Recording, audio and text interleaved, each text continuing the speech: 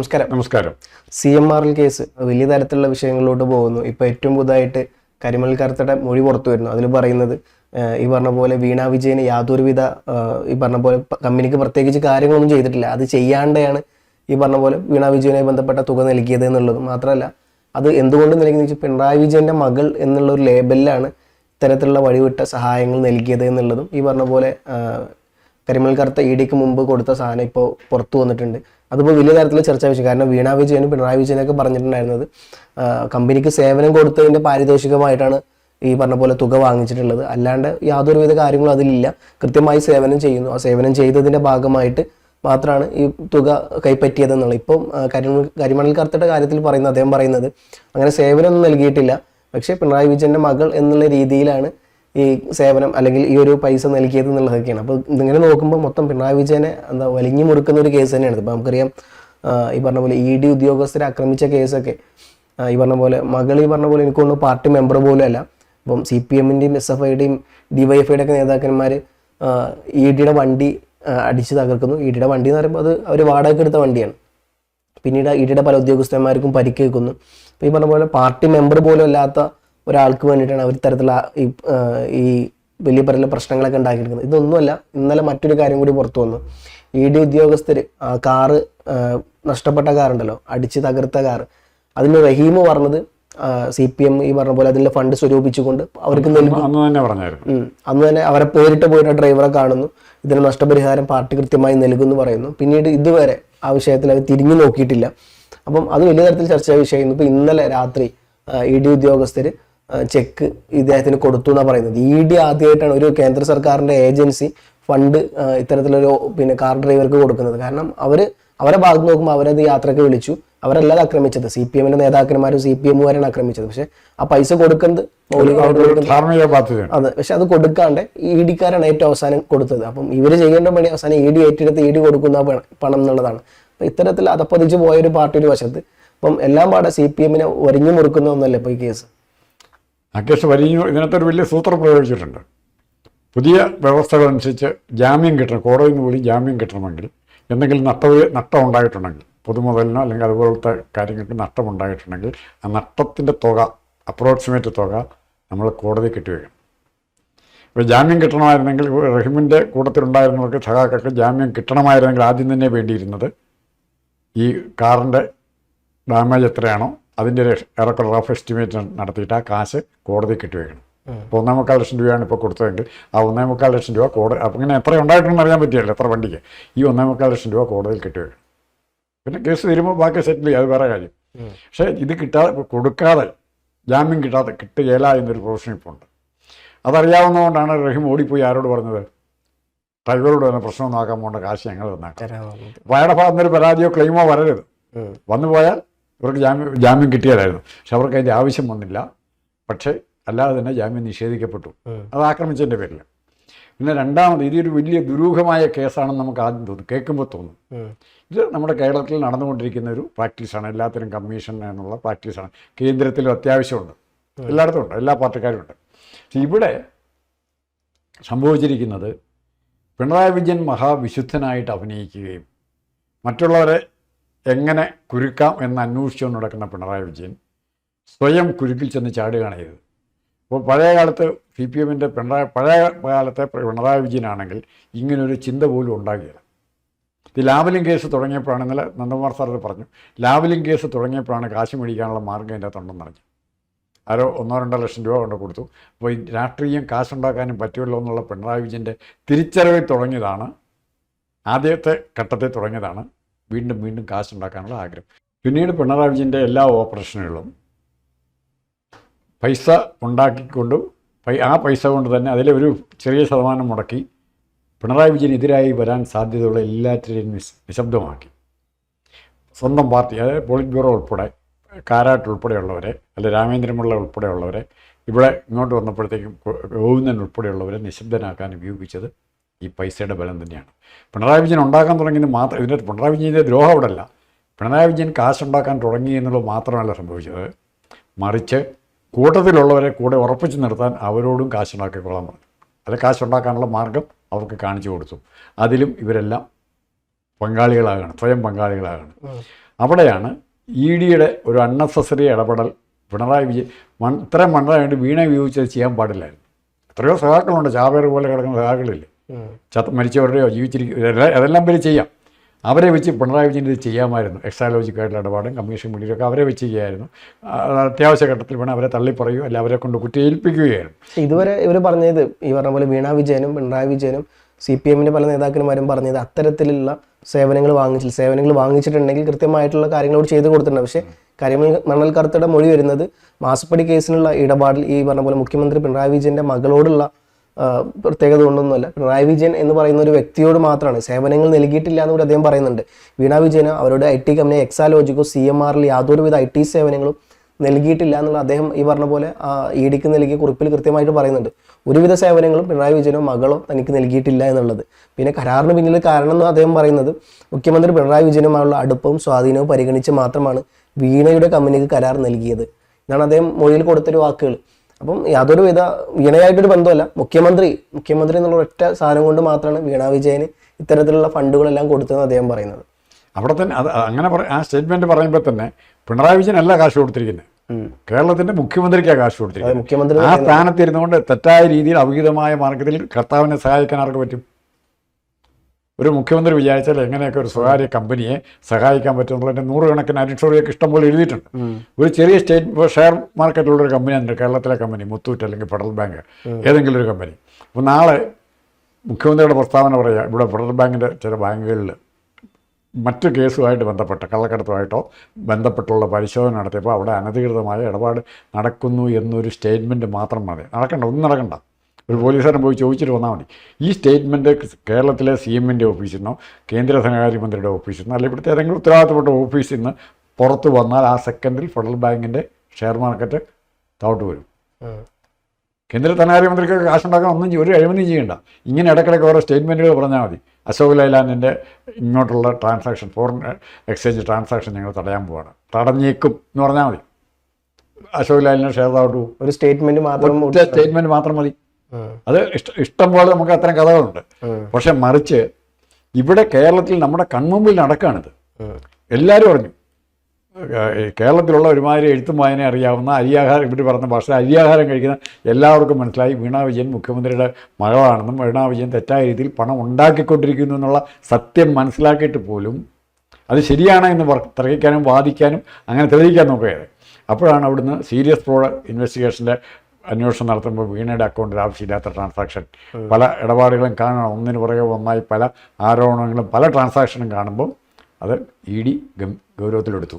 പക്ഷേ എനിക്ക് പലപ്പോഴും തോന്നാറുണ്ട് എന്തുകൊണ്ട് പ്രതിപക്ഷം ഈ സാധനം ഇപ്പോൾ മാത്യു കുഴൽനാടിനെ മാറ്റി നിർത്തി കഴിഞ്ഞാൽ പല നേതാക്കന്മാരും ഈ വിഷയം ബന്ധപ്പെട്ട ഒരു കാര്യം മിണ്ടിയിട്ടില്ല എന്നുള്ളതാണ്. BJP-യിലാണെങ്കിൽ പോലും BJP സംസ്ഥാന പ്രസിഡന്റ് രാജീവ് ചന്ദ്രശേഖർ വിഷയം ബന്ധപ്പെട്ടൊന്നും പറയുന്നില്ല. പക്ഷെ ആകെ പറയുന്നത് ഷോൺ ജോർജ് പറയുന്നുണ്ട്, മറുവശത്ത് പറഞ്ഞ പോലെ മാത്യു കുഴൽനാടൻ പറയുന്നുണ്ട്. ഇവർ രണ്ടുപേരും ഒഴികെ BJP-യിലും കോൺഗ്രസിലും പല നേതാക്കന്മാർ ഈ സാധനം ഏറ്റെടുക്കുന്നില്ല എന്നുള്ള സാധനം പ്രസക്തമാണ്. ഞാൻ നേരെ ഒരു ചെറിയ ചോദ്യം ചോദിച്ചാൽ അതിന് ഉത്തരം പറഞ്ഞാൽ ഇതിന് ഉത്തരവാകും.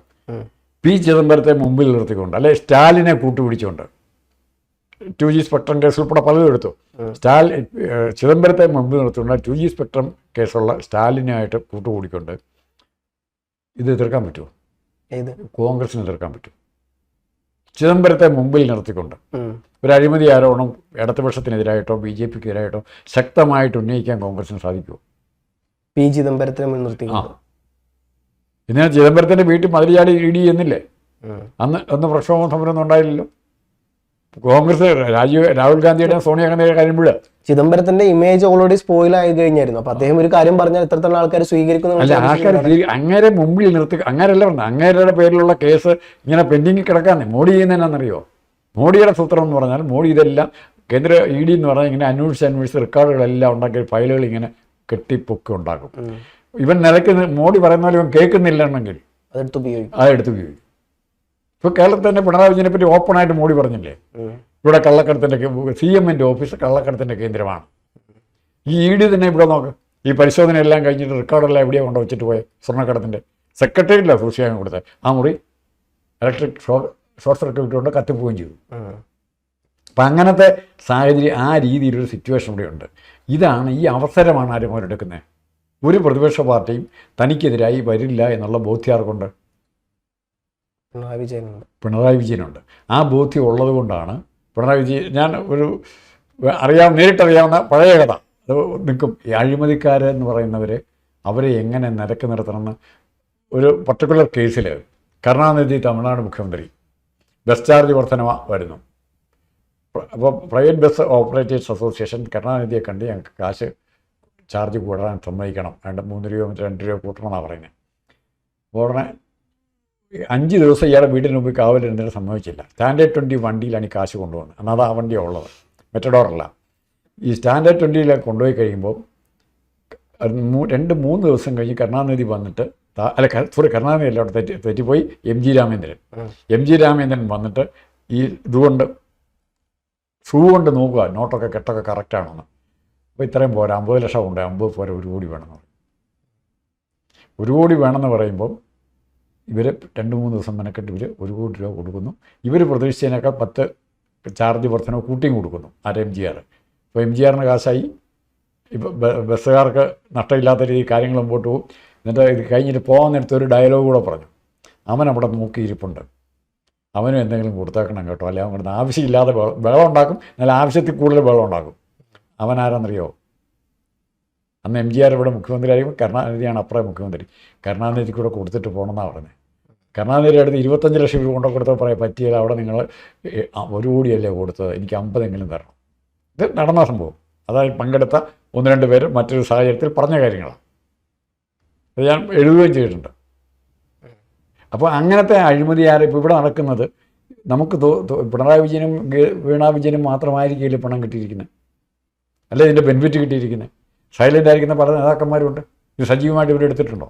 എന്തിനു വേണ്ട, ഇവർ ഏതെങ്കിലും അഴിമതി ഇഷ്യൂ സജീവമായിട്ട് എടുത്തിട്ടുണ്ടോ? ഇതിൽ രണ്ടാമത്തെ ഒരു കാര്യം എന്ന് പറഞ്ഞു കഴിഞ്ഞാൽ CPM-ന്റെ ഒരു നേതാവ് ശൈലജ ചേച്ചിയടക്കമുള്ള പല നേതാക്കന്മാരും പോലെ അങ്ങനെ ഈ കേസ് അന്വേഷിക്കുകയാണെങ്കിൽ കരിമണൽ കറുത്തയുടെ ഡയറിയിൽ എഴുതി വെച്ചിട്ടുണ്ട് ഈ പറഞ്ഞ പോലെ OC ഉമ്മൻചാണ്ടി, അതേപോലെ VD, കൃത്യമായിട്ട് കുഞ്ഞാലിക്കുട്ടിയെ PK എന്നൊക്കെ എഴുതി വെച്ചിട്ടുണ്ട്. അപ്പോൾ ഇവർക്കൊക്കെ ഇലക്ഷൻ ഫണ്ട് കൊടുത്തിട്ടുണ്ട്, അതുകൂടി അന്വേഷിക്കണം എന്നുള്ള കാര്യം കൂടിയാണ് ഇവർ മുമ്പോട്ട് പോകുക. അങ്ങനെ വരുമ്പോൾ 2 പാർട്ടിയിലും, ഇടതുപക്ഷത്തിലായാലും BJP-യിലായാലും കോൺഗ്രസിലായാലും ഈ പറഞ്ഞ പോലെ പല നേതാക്കളും ഇലക്ഷൻ ഫണ്ടിനാണത്, അല്ലാണ്ട് അഴിമതി കേസ് എന്ന് പറയുന്നത്. അവിടേക്കാണ് അഴിമതിക്കാർ രക്ഷപ്പെടുന്നത്. ഇലക്ഷൻ ഫണ്ടിനാണെന്ന് പറയുന്നു. ഇലക്ഷൻ ഫണ്ടിനാണ് കൊടുത്തിരിക്കുന്നെങ്കിൽ ഉറപ്പായിട്ടും നിങ്ങൾ ഇലക്ഷൻ കമ്മീഷന് കൊടുക്കുന്ന ഡിക്ലറേഷൻ ഇത് കാണണ്ടേ? ഇന്ന രീതിയിൽ ഇന്ന സോഴ്സിൽ നിന്ന് എനിക്ക് തുറ കിട്ടിയിരിക്കുന്നു കാണണോ? ഇവർ എങ്ങനെയുണ്ടോ അങ്ങനെ ഇതിനെപ്പറ്റി ഒന്നും പറയുന്നില്ലല്ലോ. അതിനെപ്പറ്റി ഒരു ഫർദർ ഇൻവെസ്റ്റിഗേഷൻ നടന്നിട്ടില്ലല്ലോ. അല്ലെങ്കിൽ പാർട്ടി ഫണ്ടിലോട്ട് പാർട്ടി ഫണ്ടിൽ കൊടുത്തെങ്കിൽ പാർട്ടിയുടെ കണക്കെ കാണേണ്ടത്. പാർട്ടി എന്ന് പറഞ്ഞൊരു മുറുക്കാങ്കടക്കാരനല്ലാണോ? പേറ്റ് മേടിച്ചോട്ടോ നാരങ്ങളും കുടിച്ചോ, ഇത് കണക്കിൽ കൊടുക്കേണ്ട പൈസയാണ്. ഇയാളുടെ കണക്കിലാണ് കൊടുത്തിരിക്കുന്നത്. കർത്താവ് രേഖാമൂലം രേഖപ്പെടുത്തിയ കൂടി ആ കണക്കിൻ്റെ മറുവശം കാണണ്ടേ? ഞാൻ നിങ്ങൾക്ക് അനുകൂലമായിട്ട് 10,000 രൂപയുടെ ചെക്ക് തന്നിട്ടുണ്ടെങ്കിൽ ആ ചെക്ക് നിങ്ങൾ ഡ്രോ ചെയ്യുമ്പോൾ നിങ്ങളുടെ അക്കൗണ്ടിൽ ഇത് കാണണ്ടേ? കാശായിട്ടല്ലെങ്കിൽ ഇത്രയും വലിയ തുക കാശായിട്ട് കൊടുക്കാനും പറ്റിയില്ല, ട്രാൻസ്ഫർ ആയിട്ടേ പറ്റുള്ളൂ. അപ്പോൾ പാരലായിട്ട് 2 സ്റ്റേറ്റ്മെൻറ്റുകൾ അവിടെ കാണണം. അതുണ്ടോ? അവിടെയാണ് ഇവന്മാർ കുടുങ്ങിപ്പോയത്. പ്രതിപക്ഷ നേതാക്കൾ പാർട്ടി പ്രവർത്തനത്തിനാണ് മേടിച്ചെങ്കിൽ പോലും, രാഷ്ട്രീയ പ്രവർത്തനത്തിനാണ് മേടിച്ചെങ്കിൽ പോലും, അല്ല പാർട്ടിയുടെ കെട്ടിടം പണിയാണ് ഇതിൻ്റെ പിരിവിനുള്ള ഏറ്റവും വലിയ ആശ്രയം. കെട്ടിടം പണിക്കാണ് ഉപയോഗിച്ചെങ്കിൽ പോലും അത് വ്യക്തമായ അവിടെ രേഖ വേണം. ആ രേഖയാണ് പ്രശ്നം. BJPക്ക് മിണ്ടാൻ പറ്റിയില്ല. BJPക്ക് സമാനമായൊരു കേസ് BJPയുടെ കൂടെ പറയാം. അതായത് രാമജന്മഭൂമി ബാബറി മസ്ജിദ് പൊളിച്ചു കഴിഞ്ഞിട്ട് രാമജന്മഭൂമി ക്ഷേത്രം പണിയണം. അശോക് സിംഗാണ് BHPയുടെ അഖിലലോക പ്രസിഡന്റ്. അദ്ദേഹം ഒരു സ്റ്റേറ്റ്മെൻറ്റ് നടത്തി, നിങ്ങളെ പൈസ എവിടെ നിന്ന് കിട്ടുമെന്ന് ചോദിച്ചപ്പോഴത്തേക്കും 1000 കോടി രൂപ അമേരിക്കയിൽ നിന്ന് തന്നെ ഞങ്ങൾക്ക് കിട്ടിക്കഴിഞ്ഞു എന്നാണ് പറഞ്ഞു. എന്ന 90-ലോ മറ്റാണ്. ആ 1000 കോടി രൂപ ഇപ്പോൾ എവിടെയാണ് ഉണ്ട് അറിയാമോ? പലിശ ഉൾപ്പെടെ അത്ര ആയി കാണണം. അതവിടെ പോയി. ആരെങ്കിലും മിണ്ടുന്നുണ്ടോ അതിനെപ്പറ്റി? ആരെങ്കിലും ചോദിക്കുന്നുണ്ടോ അതിനെപ്പറ്റി? സോണിയാഗാന്ധിയുടെ ബാങ്ക് ഡെപ്പോസിറ്റിനെ പറ്റി ചോദിച്ചാൽ ഉടനെ സോണിയാഗാന്ധി ഇത് ചോദിക്കും. പ്രശ്നം തീർന്നു. അവിടെയാണ് ഇത്. അതാണ് സംഭവം. ഇടിച്ചു നിൽക്കുക എന്ന് പറയും. ചീട്ടുകളിലുണ്ട്. ഒരേ കാർഡ് 2 പേരും പൊക്കി കാണിച്ചാൽ ആദ്യം കാണിക്കുന്നവൻ ഔട്ട്, മറ്റവൻ ജയിച്ചു. ഇടിച്ചു നിൽക്കുക എന്ന് പറയുന്നത് തൊഞ്ചൊന്നുമില്ല. അഴിമതി കേസുകളെല്ലാം അങ്ങനെയാണ്. ആ ചീട്ടുകളിയുടെ റമ്മിയുടെ കളിയുടെ കൂട്ടം തന്നെ നടക്കുക. റമ്മിയല്ല, 3-ആം കളിയുടെ കൂട്ടം തന്നെ നടക്കുകയാണ്. ഇടിച്ചു നിൽക്കും. ഒപ്പം നീയും ചെയ്തു ഞാനും ചെയ്തു. അപ്പോൾ ഇവിടെ വീണാ വിജയൻ എന്ന് പറഞ്ഞാൽ പെൺകുട്ടിയായിപ്പോയി. ഒന്നാമത്തെ കാര്യം, പിണറായി വിജയൻ ഒത്തിരി മണ്ടത്തരങ്ങൾ കാണിച്ചു. പിന്നെ അതിൽ ഒഴിവാക്കാൻ പറ്റാത്തൊരു പാർട്ണർ അവിടെ, ഇൻഡയറക്റ്റ് പാർട്ണറുണ്ട്, ഹിഡൻ പാർട്ണറുണ്ട്. ഹിഡനല്ല, റെക്കോർഡ്പരമായിട്ട് ഹിഡൻ. റിയാസില്ലേ അവിടെ? റിയാസ് മന്ത്രിയല്ലേ? റിയാസിൻ്റെ പേരിലും കൂടെ ഈ ആരോപണങ്ങൾ വരും നാളെ. പക്ഷെ അതിന് പകരം മോഡി ഇവരെ എങ്ങനെ കേരളത്തിൽ BJP വളർത്താൻ BJP വളർത്താൻ അവർക്ക് പിന്നെ ഉണ്ടാക്കാനുള്ള മാർഗമായിട്ട് ഈ കേസുകൾ ഉപയോഗിക്കുക. അല്ലെങ്കിൽ പണ്ട് അറസ്റ്റ് ചെയ്യില്ലേ. ഇപ്പുറത്ത് വന്നപ്പോൾ ഇനി സതീശനും രമേശ് ചെന്നിത്തലയും സതീശൻ്റെ രാഷ്ട്രീയ നിലനിൽപ്പ് എന്ന് പറയുന്നത് ഇത്തരം കാര്യങ്ങളിൽ വിട്ടുവീഴ്ചയില്ലാത്ത നിലപാടെടുക്കുന്നതിൽ കൂടെ മാത്രമേ ഉള്ളൂ. അല്ലെങ്കിൽ സതീശൻ നാളെ ഔട്ടാണ്. സതീശൻ്റെ ഇമേജിലാണ് സതീശൻ ജീവിക്കുന്നത്, അഴിമതി വിരുദ്ധ ഇമേജിലാണ് ജീവിക്കുന്നത്. അല്ലെങ്കിൽ നാളെ വേണുഗോപാലോ രമേശ് ചെന്നിത്തലയൊക്കെ വിചാരിച്ച സതീശനെ പുറത്താക്കാൻ മാത്രമുള്ള MLA അവരുടെ കൂടെ ഉണ്ട്. പക്ഷേ സതീശൻ്റെ ഇമേജിനെ പേടിയാണ്. കാരണം അഴിമതി വിരുദ്ധൻ. സതീശൻ ഇപ്പോൾ ഇവരെ അറസ്റ്റ് ചെയ്തു, അജിത് കുമാറിനെ അറസ്റ്റ് ചെയ്തില്ലായിരുന്നെങ്കിൽ സതീശൻ ആരാകുമായിരുന്നു? ഇപ്പോൾ സതീശൻ്റെ ഇനിഷ്യേറ്റീവ് അറസ്റ്റ് ചെയ്തു എന്നാണ് വരുന്നത്. സതീശൻ്റെ ഇനിഷ്യേറ്റീവ് അറസ്റ്റ് ചെയ്തു, രമേശ് ചെന്നിത്തല വിമുഖനായിരുന്നു, അവിടെ അഡ്വാൻറ്റേജ് ആർക്കാ കിട്ടി? സതീശന് കിട്ടി. അപ്പോൾ അത്തരം രാഷ്ട്രീയത്തിൻ്റെ കളികളുടെ ഇടയ്ക്ക് അഴിമതി കേസുകൾ മുങ്ങിപ്പോകും. അതാണ് ഇവിടെ സംഭവിക്കുന്ന യഥാർത്ഥ കാര്യം. അതിൽ മോഡിയും വ്യത്യാസമില്ല, സോണിയാഗാന്ധിയും വ്യത്യാസമില്ല, ഇപ്പുറത്താര CPMൻ്റെ യെച്ചൂരി ഉണ്ടായിരുന്ന മിണ്ടിയല്ല, MA ബേബിയും വ്യത്യാസം കാണിയാണ്. ആ സാഹചര്യത്തിലാണ് വീണ വിജയൻ്റെ ഇടപാടിനെക്കുറിച്ചുള്ള രണ്ടാമത്തെ അന്വേഷണത്തിലേക്ക് പോരുന്നത്. ഇപ്പോൾ ഒന്ന് ചോദ്യം ചെയ്തു, ഇനി ഒന്നുകൂടെ ചോദ്യം ചെയ്യാൻ വിളിക്കും. അത് കഴിയുമ്പോൾ എന്താ സംഭവിക്കുന്നവരെ ഇന്ന് വേറെ YouTube ചാനൽ കണ്ടാണ് വീണ വിജയന് പകരം വേറെ സ്ത്രീയെ ജയിലിൽ കിടക്കാനുള്ള അറേഞ്ച്മെൻറ്റൊക്കെ ചെയ്യാമെന്ന്. ജയിലിലേക്ക് പോകേണ്ടി വന്നാൽ വീണ വിജയനെ പോലെ ഒരു പെണ്ണിനെ അവിടെ കൊണ്ട് നിർത്തിയിട്ട് അതാണ് വീണ വിജയൻ നാട്ടുകാരെ ധരിപ്പിക്കുക, ആൾമാറാട്ടം നടത്തുക. ഇന്ന് പത്രത്തിൽ ചാനലിൽ കണ്ടാണ്, അത് പത്രത്തിലും കണ്ടു. അപ്പം അങ്ങനത്തെ ആലോചനകൾ ഈ കേസിൽ നിന്നും രക്ഷപ്പെടാൻ പറ്റിയില്ല. അവിടെയാണ് CPM മുട്ടിലാകാൻ പോകുന്നത്. പിണറായി വിജയനെ പാർട്ടിയിൽ നിന്നും പുറത്താക്കാതെ അല്ലെങ്കിൽ നടപടിയെടുക്കാതെ ഈ കേസിനെ കുറിച്ച് പൊതുജനത്തെ സംസാരിക്കാൻ ആർക്ക് പറ്റിയില്ല? CPMന് പറ്റിയില്ല. ഇത്തരം കാര്യങ്ങൾ സംസാരിക്കാൻ പോയ പലരുടെയും വിവരങ്ങൾ ആരുടെ കയ്യിലുണ്ട്? P രാജീവിൻ്റെ വിവരമുണ്ട്, രാജേഷിൻ്റെ വിവരമുണ്ട്, പല നേതാക്കന്മാരുടെയും വിവരം ആരുടെ കയ്യിലുണ്ട്? പിണറായി വിയുടെ കയ്യിലുണ്ട്. ഇതൊരു പരസ്പരം ബ്ലാക്ക് മെയിലിങ്ങിൻ്റെ അന്തരീക്ഷം തുടങ്ങിയവരാണ്. ആ ബ്ലാക്ക് മെയിലിങ്ങിൽ ആരൊക്കെ രക്ഷപ്പെടുമെന്ന് കാത്തിരുന്നതാണ്.